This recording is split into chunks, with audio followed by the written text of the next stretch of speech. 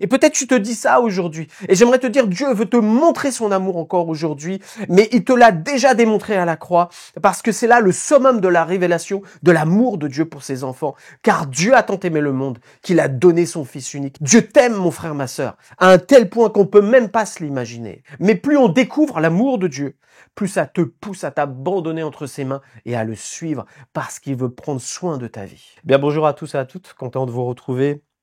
Psaume 81, versets 5 à 7. Il en fit un statut pour Joseph quand il marcha contre le pays d'Égypte. J'entends une voix qui m'est inconnue. J'ai déchargé son épaule du fardeau et ses mains ont lâché la corbeille. Tu as crié dans la détresse et je t'ai délivré. Je t'ai répondu dans la retraite du tonnerre. Je t'ai éprouvé près des eaux de Mériba. Pause. Amen.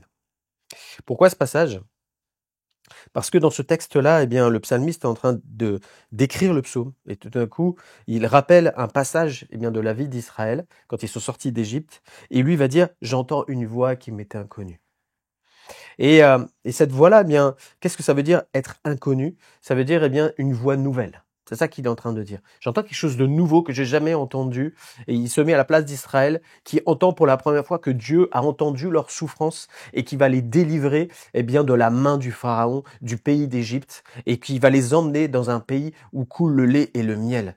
Pendant plus de 400 ans, ils ont été esclaves des Égyptiens, nous dit la parole de Dieu, et que cet esclavage, en fait, eh bien, leur montrait des dieux différents, parce qu'il y avait plusieurs dieux, eh bien, en Égypte. Et ces dieux-là étaient toujours des dieux qui frappaient sur la population. Et en fait, ils menaient eh bien, le peuple égyptien déjà d'origine par la peur, par la crainte, par les revendications, par la manipulation. Et c'était vraiment eh bien, quelque chose qui était violent. Et les Israélites encore plus parce qu'eux, ils étaient esclaves. Et donc Pharaon, qui lui-même était représentatif de tous les dieux, eh bien, était quelqu'un qui amenait en fait eh bien, cette douleur supplémentaire sur les enfants d'Israël. Et quand ils ont entendu pour la première fois, eh bien que Dieu envoyait un libérateur, Moïse, leur annonçait « Dieu a entendu votre souffrance et vous fait sortir de là », eh bien, quand tu regardes les Écritures, ils ont eu du mal à accepter et à croire qu'un Dieu pouvait les aimer de cette manière-là. Et c'est ce qui va malheureusement bien souvent les perdre et les emmener eh bien à faire demi-tour et à dire non, c'est pas possible d'entrer dans ce pays de Canaan. Il y a des géants. Dieu, je crois qu'il nous a amenés ici dans ce désert pour nous faire mourir. Et on voit eh bien qu'ils étaient travaillés intérieurement parce qu'il y avait la parole de Dieu qui venait leur montrer le cœur du Père. Et d'un autre côté, ils ne pouvaient pas le saisir parce qu'ils étaient imbibés à cause de leur parcours eh bien de tout ce qui était dans leur cœur et qui amenait de l'incrédulité et de la peur de ce Dieu-là, se dire mais si on s'abandonne vraiment entre les mains de ce Dieu-là, est-ce que vraiment il nous aime vraiment ? Et j'aimerais te dire à toi aujourd'hui, eh bien particulièrement moi je rencontre des frères et des sœurs qui ont du mal à s'abandonner entre les mains de Dieu. Pourquoi ?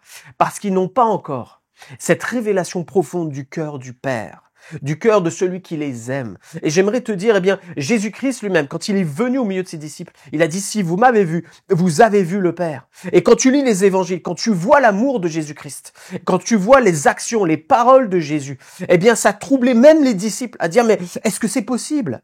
Est-ce que c'est possible qu'on nous aime de cette manière-là ? Est-ce que c'est possible ? Et peut-être tu te dis ça aujourd'hui. Et j'aimerais te dire, Dieu veut te montrer son amour encore aujourd'hui, mais il te l'a déjà démontré à la croix, parce que c'est là le summum de la révélation de l'amour de Dieu pour ses enfants. Car Dieu a tant aimé le monde qu'il a donné son Fils unique, afin que quiconque croit en lui ne périsse point, mais qu'il ait la vie éternelle. Dieu t'aime, mon frère, ma sœur, à un tel point qu'on peut même pas se l'imaginer. Mais plus on découvre l'amour de Dieu, plus ça te pousse à t'abandonner entre ses mains et à le suivre parce qu'il veut prendre soin de ta vie. Les projets de Dieu sont des projets de paix et non de malheur pour ses enfants. Et j'aimerais qu'aujourd'hui, ce mensonge de l'adversaire qui est dans ton cœur, je m'adresse à toi aujourd'hui là, qui te dit aujourd'hui, ah, mais Dieu là, ce Dieu là que je suis là, je souffre, etc., etc. En fait, il fait pas ce qu'il dit, etc.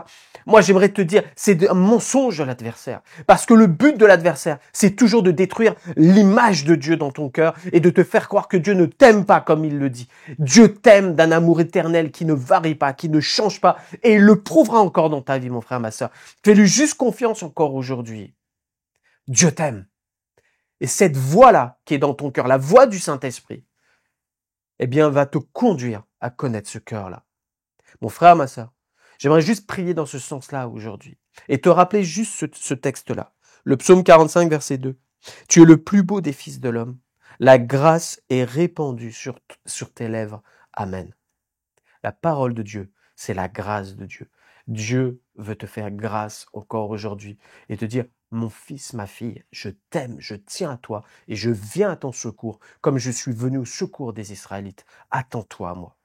Que Dieu te bénisse et je vais prier. Seigneur, merci parce que Seigneur notre Dieu, quand tu parles, Seigneur, tout change. Merci Père, parce que Seigneur, ce que tu as fait pour ton peuple Israël, Seigneur, tu le fais aujourd'hui à travers Jésus-Christ. Je te loue Jésus pour la croix, je te loue pour cette victoire. Je te loue Seigneur, parce que Seigneur, tu nous as démontré l'amour du Père. Tu nous as démontré ton amour Jésus.